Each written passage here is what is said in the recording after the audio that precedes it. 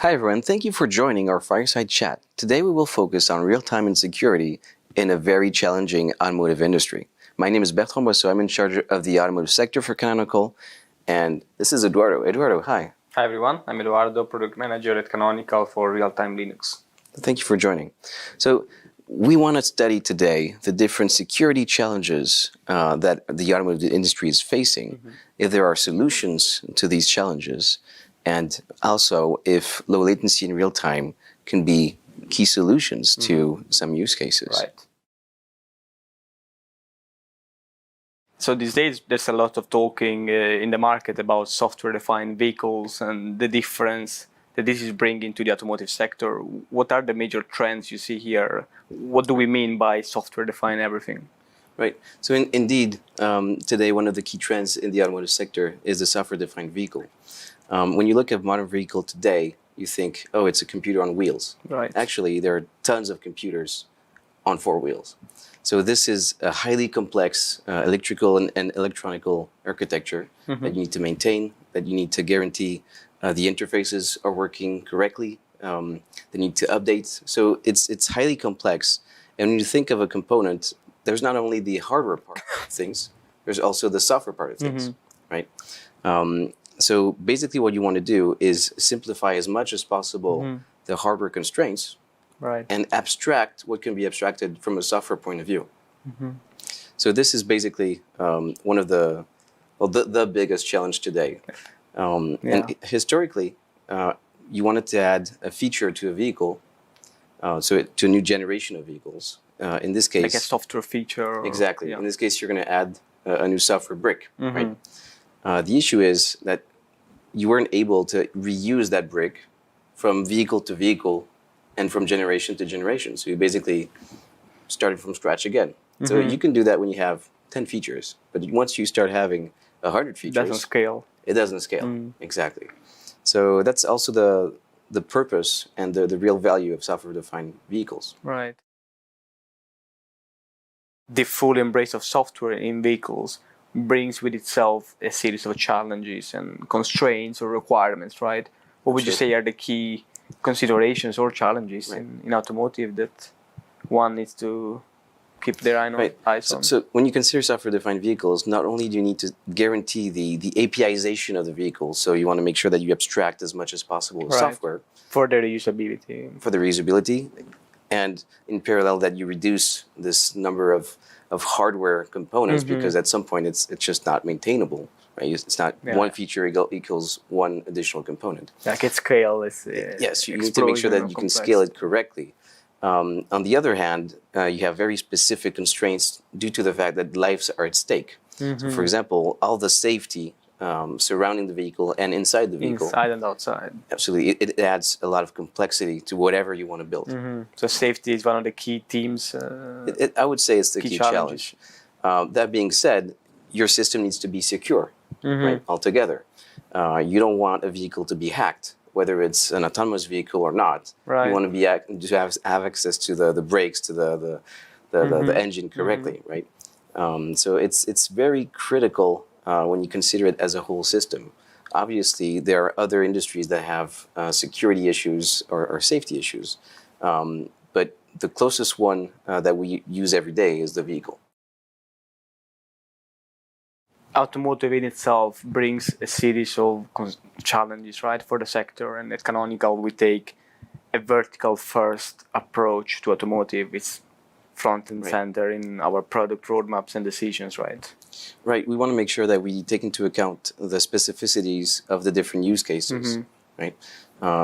You wouldn't design a robot the same way you would design a vehicle or a drone. Each brings its own set of requirements. Absolutely. But we do believe that there is, at a certain level, a common platform that we can use and reuse so that all of these different sectors can benefit from the new security patches or the new low layer features. A secure underlying framework that works in industrial vertical. All the lessons learned there about security can sometimes be used in other verticals. Absolutely. Yes. Right. Yes. So I saw that you brought some demos, Eduardo. Do you want to show us? Let me show you. All right, let's go. So Eduardo, what exactly does this demo do? Well, this demo is essentially about face recognition. You can see that there is a green contour, a green box drawn around my face. So the demo, the camera is recognizing my face. Okay, so I mean, I can definitely see a lot of use cases in the automotive industry. Like which ones? So, for example, you want your vehicle to recognize your face to make sure that it automatically loads your favorite playlist or song, or sets your AC system and I see. and you know the sport mode, whatever you prefer. Or like customizing based on Exactly. your user preferences. I see. Exactly, but there are also more, I would say, trickier use cases. For instance? So, for example, you could recognize the facial biometrical data of the driver in order to pay for services. Or I see like a ID identification of the driver themselves. But Right. I would imagine, especially you mentioned biometric data, this is probably a sensitive topic when it comes to security, right? Absolutely. I mean, the risks could go from hacking in order to access to your private data, using it for payment, but also for identity theft. So it's definitely something that you want to keep it secure, right? You want it to make it tamper-proof, I would say. I understand. So it will be important that the application, in this case, the value proposition of a vendor, like face recognition application for automotive use cases, itself is in a secure environment. Right. Absolutely. Absolutely. So I think that you also brought a second demo. Yes, so let me show you the second demo. So here you can see another application, somewhat similar to the first one, but now we have a higher level of granularity.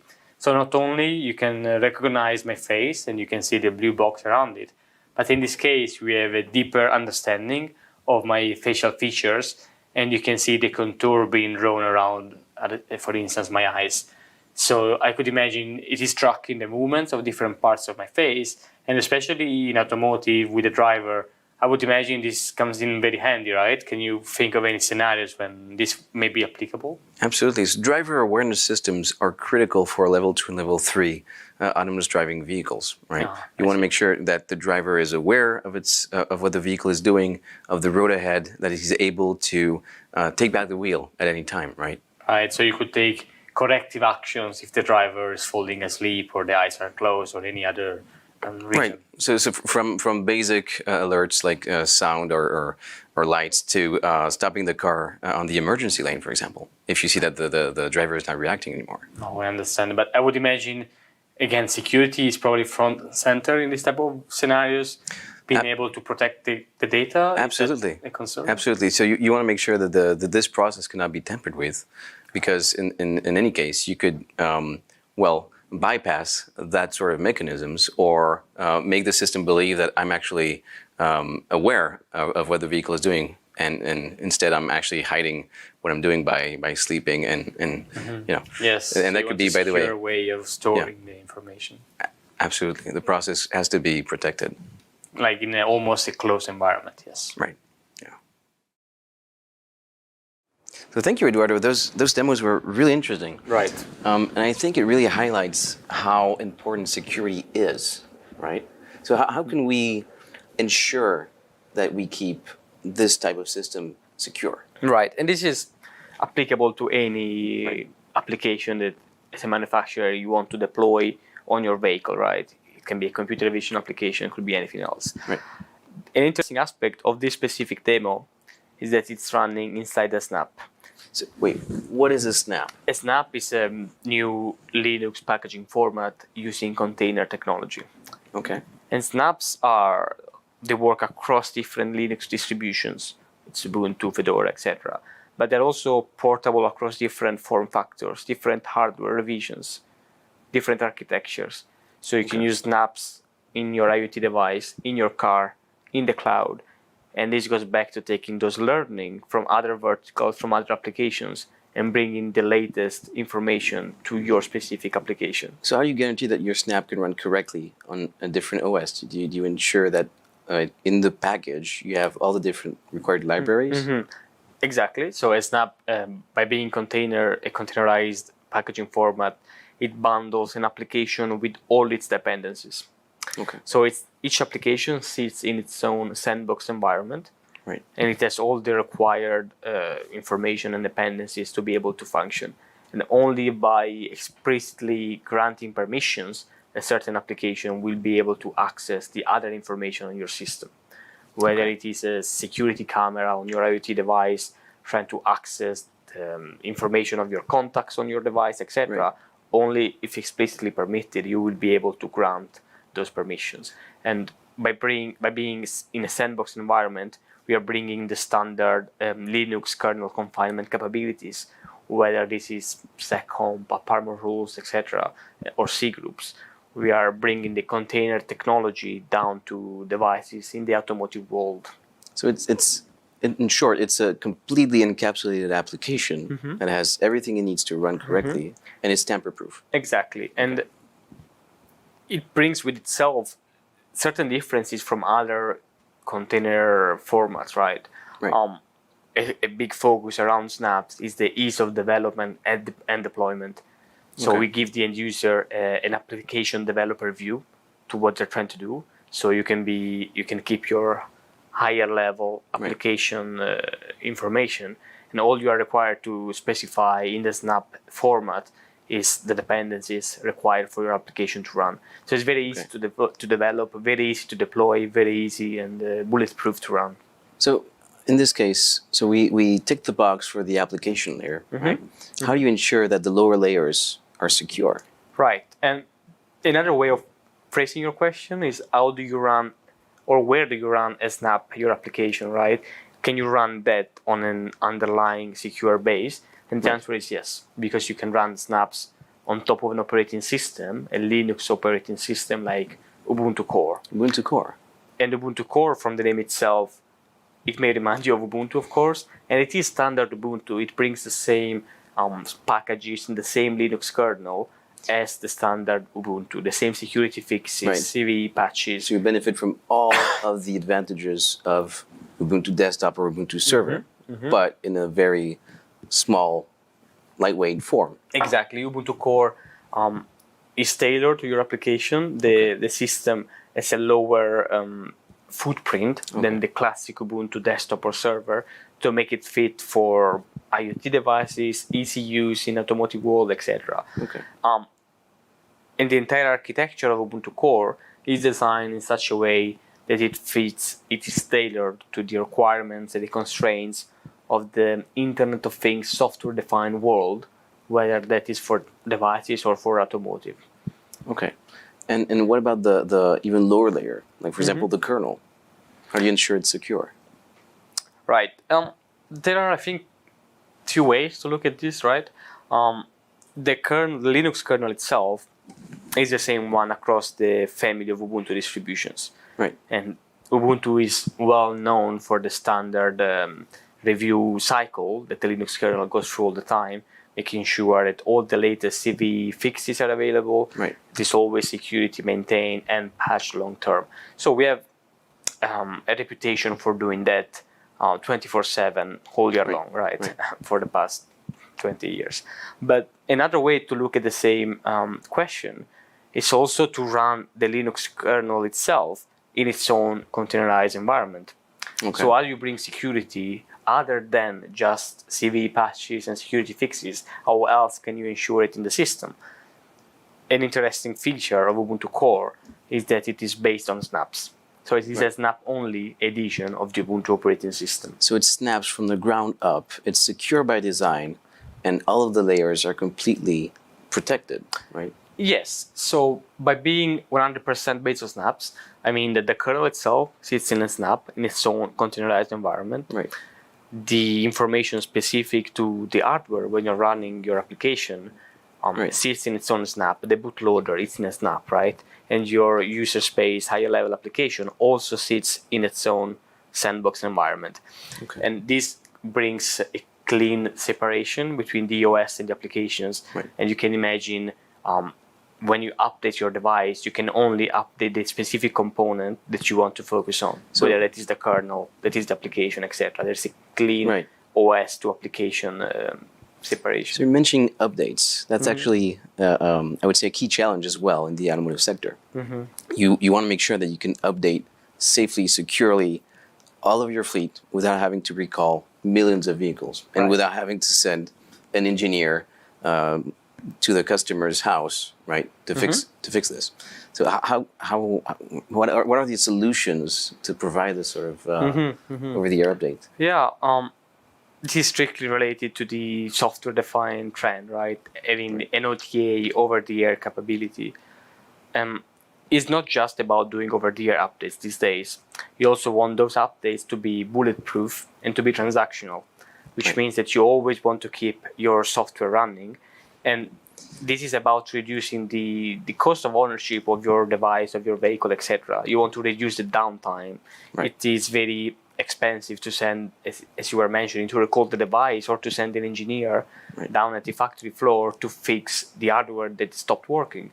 And often we see that, especially in different verticals, customers and partners are almost resistant to update their devices or the software on their vehicles. Because of that risk, right? You don't want to break a vehicle. Exactly. You don't want to leave it in a broken state, and then you need to send an engineer to fix that. So often they decide not to even update the software, and they're running unpatched Linux kernels, not the latest version of the application, and they are unable to keep up then with the competition if you can't update your. So how can you guarantee that the update you're going to be sending to the device will not break the device? Right. The Snap packaging format, and by definition Ubuntu Core being based on snaps, bring a software distribution mechanism that is extensively tested in production environments with a series of characteristics that make it a good fit for embedded world, for industry, for automotive. By that in particular, I'm referring to the Delta transactional rollback functionality of the over-the-air update mechanism of Ubuntu Core and of Snaps. So you can imagine updating your device or your vehicle via an A/B update model, which means that you're preserving the existing version of the data, the working one, exactly, on your device while updating to the latest version. And at the end of the update process, you compare the two, and only if the update is 100% successful, it is shipped on the device. Otherwise, you go back to the previous copy that you were maintaining, the working one. So you have an automatic rollback to the working one. Yes, you always revert back to the previously working revision in case of failure. Failure, it could come from a variety of scenarios. So, for example, a corrupted update or a code error. Yeah, it can really be any potential scenario. And you, in this way, via the rollback functionality, going back to the previous revision, your software-defined anything, your vehicle, is always, the software on it is always the latest working version. So you reduce the downtime and the cost of ownership of the vehicle itself, right? Very interesting. So I think that you brought a third demo. Indeed. Shall we take a look? So here we can see a third demo where if I move relatively fast, the application is still able to keep up with my movement. And it's essentially able to almost predict the trajectory that I will follow. And it's just an example of being able to capture the movement of my face, but this could be any other scenario. It could be a pedestrian or other items encountered in the environment. I was thinking automotive, especially with autonomous driving, being able to capture what else is happening is crucial, right? Absolutely. So when you look at vehicles today with a certain level of AD, you're mostly targeting highways, right? Because it's relatively simple. You have only one or two lanes, the surrounding lanes, let's say. The vehicle can accelerate, decelerate, turn, and potentially change lanes. But you're dealing with a limited number of type of objects, right? Why is it so difficult to have urban autonomous driving? It's because you have so many possibilities and so many different types of objects. Exponential complexity. Exactly. It could be a pothole. It could be a person. It could be an animal, etc. And you need to make sure that you can track all of the trajectories of all the surrounding objects. Movement, not just the contour, the face, the eyes, but the actual movement. Where is that object going, and is it a risk? Is it a potential obstacle for my vehicle? Because you want to make sure that the vehicle can brake immediately if there's something in front of the vehicle. Or even preventive, I would assume, with the IML, you can predict where the trajectory will follow, and then you can act Right. accordingly, If you're able to identify, let's say, bicycle, you know more or less how a bicycle behaves in terms of speed and trajectory. Absolutely. Yeah. So this comes down to being aware of the surrounding environment, right? Yes. We are moving from the first scenario where it's almost inward inside the car, and now instead of we are being aware of the rest, it's right. It's all about the vehicle being aware of its surrounding environment. Yes. But the key challenge here is that you want to guarantee that your system behaves very quickly, right? Because it could happen anytime. So this is essentially just an example of an application you could be running on top of that underlying built-in security that is foundational of Ubuntu Core as an operating system, right? It could be almost any application, but here we're showing a scenario where that guaranteed response time to be able to brake for the car, right? You're able to do that within a certain response. Right, exactly. So let's talk more about actually this guaranteed response time, which is a key feature that a software vendor must be able to use in automotive. All right, let's go. Yes. Thank you, Rita. That was a very interesting demo, and it makes me think, how can you ensure in this type of use cases that a certain process or action is executed in the right timing? Right. It's all about reducing the latency of your system, right? Right. But also about guaranteeing a certain response time. Exactly. This is what a real-time Linux can give you, that bounded response time to meet your requirements. So I hear a lot about real-time. Could you tell me more what exactly it is? Mm-hmm. Of course, and we recently announced real-time Ubuntu. This is about the preempt-RT patch set being integrated into the Ubuntu operating system. And preempt-RT is just the name of a series of patches that are hosted at the Linux Foundation and that implement a priority scheduler and other real-time mechanisms. So preempt as in preemptive, right? Exactly. So what exactly does preemptive mean in this case? Sure. So if you think about preemption is at the core of real-time. Without preemption, you can have a process which is nothing more than a program in execution running inside the kernel mode. What would you say is the key difference between real-time and low latency? Yes, there are different ways of approaching preemption in the Linux kernel. And in the mainline Linux, there are different preemption modes. And you already have what we call, in layman terms, a low latency kernel with the preempt model, right? Preempt-RT is outside the mainline Linux kernel, and it's what brings you that real-time capability. It all comes down essentially to your latency requirements, specific to your application and your use case. There is a trade-off that comes with a real-time kernel. You need to look at your throughput versus latency balance, and only knowing the exact metrics that you need to meet, you should then be able to make the decision. Because real-time does not necessarily mean optimized performance. You need to define performance for your use case, right? So real-time doesn't always fit with that sort of use cases.